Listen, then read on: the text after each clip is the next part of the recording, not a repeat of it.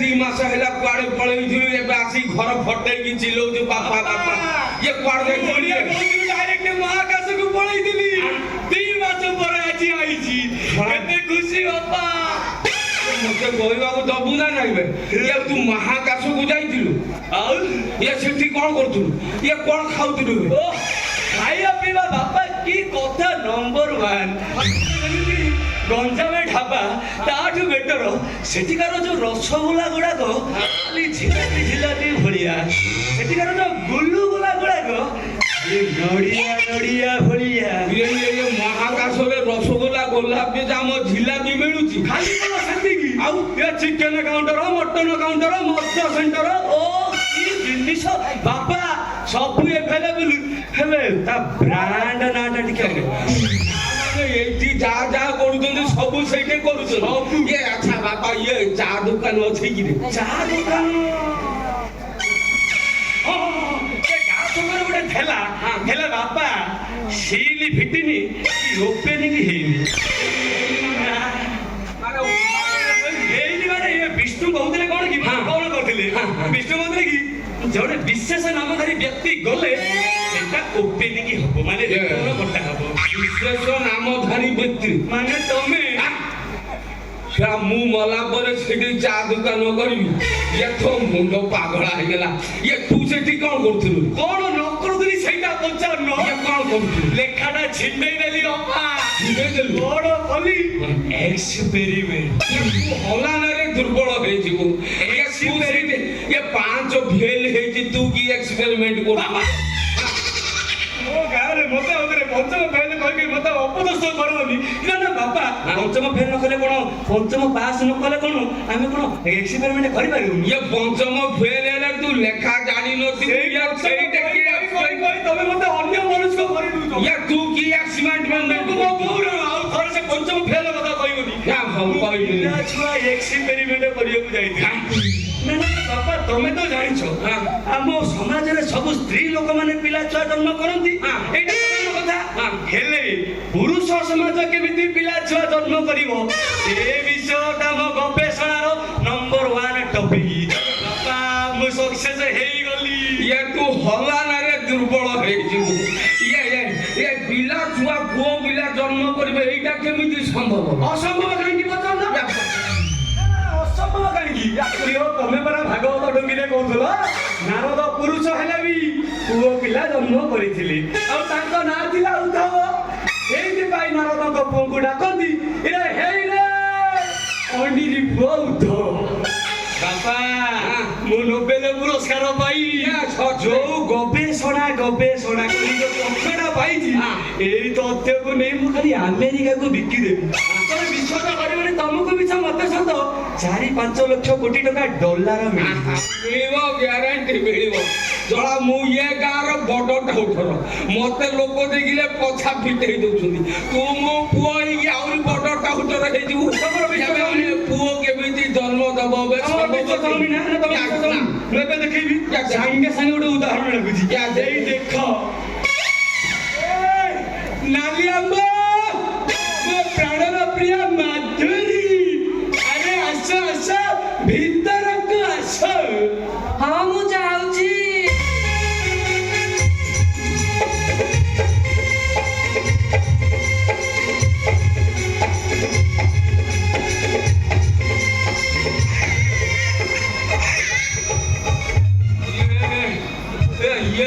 ମାଧୁରୀ ନା ଇଏ ସେଇ ମୋ ଲାବୋରେଟୋରୀ ମୋ ଗବେଷଣାଗାର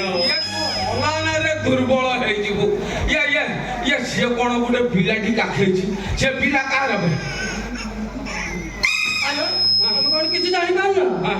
ପୁଣି ପଚାରୁଛ ଛୁଆ କାହାର ଆରେ ଆକୁ ପରା ମୁଁ ଜନ୍ମ କରିଛି ଶଳା ତୁ ଜନ୍ମ କରିଛୁ ଇଏ ତୋର ପଛ ନାହିଁ କି ଆଗ ନାହିଁ ତୁ କେମିତି ଜନ୍ମ କଲୁ ମଲା ଇଏ କଣ ନୂଆ କଥା ଯେ ଏଇଟା ନୂଆ କଥା ନାହିଁ ଇଏ ଶଳା ମୁଁ ଶୁଣିଛି ପେଣ୍ଠି ଅଣ୍ଡା ଦିଏ ଇଏ କଞ୍ଚା ଅଣ୍ଡା ଦବ ଏଇଟା ନୂଆ କଥା ନାହିଁ କଣ ନୂଆ କଥା ଏଇଟା ନୂଆ କଥା ନାହିଁ ସେ ବିଷୟରେ ବି ଗବେଷଣା ମୁଁ ଚଲେଇଛି ତୁ ହଲାନାରେ ଦୁର୍ବଳ ହେଇଛି ତମେ ଜମା ଟେନସନ ନି ମୋର ବର୍ଣ୍ଣ ଭିଟା ଚାଲିଛି ବାପା ପୁରୁଷ ମାନେ କେମିତି ଛୁଆ ଜନ୍ମ କରିବେ ସେ ଜିନିଷଟା ମୁଁ ଚଲେଇଛି ଜମା ଟେନସନ ନିଅନି ଦିନ ରାତି ଏକ କରି ମୁଁ ଯୋଉ ପରିଶ୍ରମ କରୁନଥିଲି ତାର ଫଳଟା ତମ ଆଖି ସାମ୍ନାରେ ଏଇ ଦେଖ ये साला ये पिला तमर ପୋଥି ପୁରାଣ ସହିତ ଖାଣା पुराण पढ़ऊ ନାଇଁ ନାଇଁ ନାଇଁ तोरा मु पुराण पढ़ू ନାଇଁ ତ। या तू सला तो कहउथिलु 2 मास हेलानी को मां कासरे थिलु ये 2 मास भीतर एड बड छुआ ए मुसा ए तमे बापा को कहि दो न हमर जो पिलाटी आगामी दिन रहबार दिला मात्र 3 दिन रे हबो अरे अबे 2 मास नु होला एबे मासे 17 दिन हेइची साला की कथा कहू मासे 17 दिन रे एड बड छुआ से को गातरू बाहर लगे ସେଇଟା ବି ଗବେଷଣା ଚାଲିଛି ନାରୀ ମାନେ ତ ଛୁଆ ଜନ୍ମ କରିବା ସ୍ୱାଭାବିକ ପୁରୁଷ ମାନେ କେମିତି କରିବେ ତାର ବାଟର କାଇଦାରେ ମତେ ଗୋଟେ ବାହାର କରିବାକୁ ପଡିବ ଇଏ କଣ ବାପା ମୁଁ ସେ ବିଷୟରେ ବି ଗବେଷଣା ଚଲେଇବି ये कौन गवेषणा चले 2 मास रही ये सिर्फ भगवान तो गोटे बाट तैयारी करछथि ये से बाट रे जीवा आशा समस्त हो तू आउ गोटे बाट की हेतिया ବାପା ବାପା ଭଗବାନ ଯୋଉ ବାଟଟା ତିଆରି କରୁନାହାନ୍ତି ସେଇଟା ବା ସରୁଆ ବାଟଟା ଓସାରିଆ ବାଟ ତିଆରି କରିବି ଏବେକାର ଯୋଉ ପିଲା ଛୁଆ ଜନ୍ମ ହବ ସିଏ ଡାଇରେକ୍ଟ ଡୁରା କଲେଜରେ ନାଁ ଲେଖେଇବ ଆଉ ये सते कॉलेज रे पाठ पढ़ी ଖାଲି କଲେଜରେ ନୁହଁ ଗଭର୍ଣ୍ଣମେଣ୍ଟ ଚାକିରି କରିବ हम धोळे रोटे कर दो न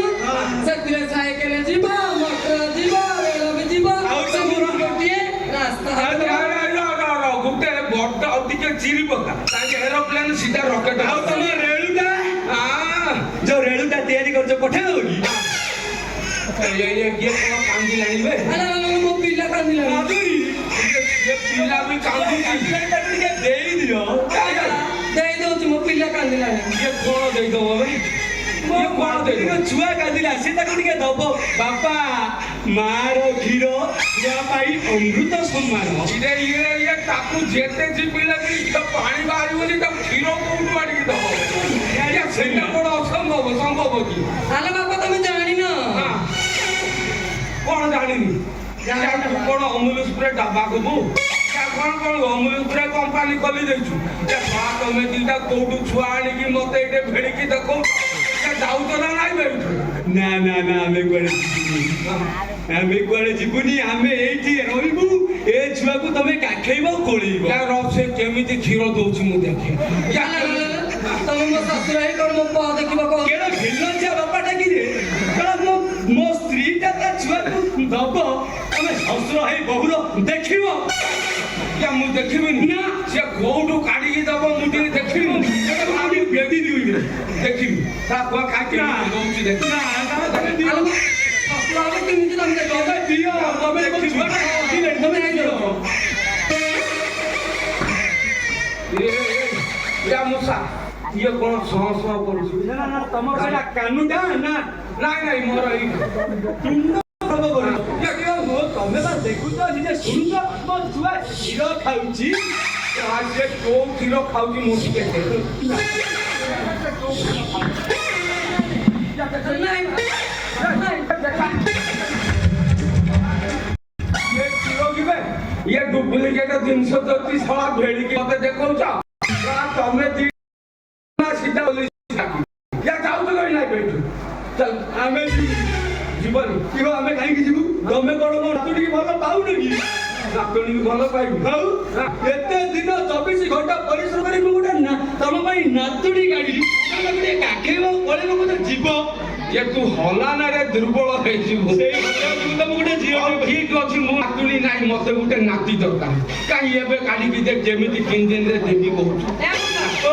चला हमें बरपुर गांधीनगर पळेबा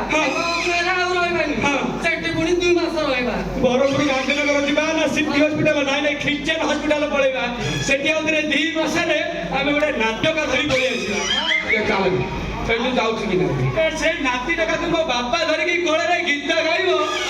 ବୋଇଲା ଝୁଲୁରେ ଝୁଲୁରେ ଝୁଲୁରେ ନାତି ଟକା ଝୁଲ ଏ ଭୂଷଣ କୋଳରେ ତୁ ଝୁଲୁରେ ଝୁଲୁରେ ନାତି ଟକା ଝୁଲ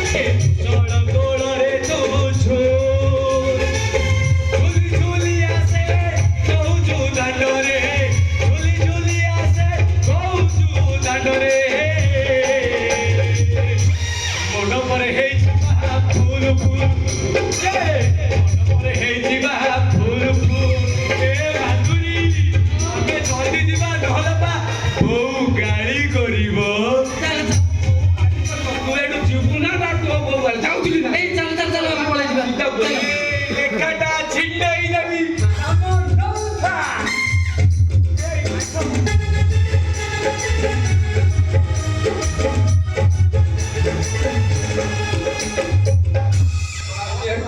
ଶଳା ମୋ ପୁଅ କି ଅବସ୍ଥା କଲା ଇଏ ଗୋଟେ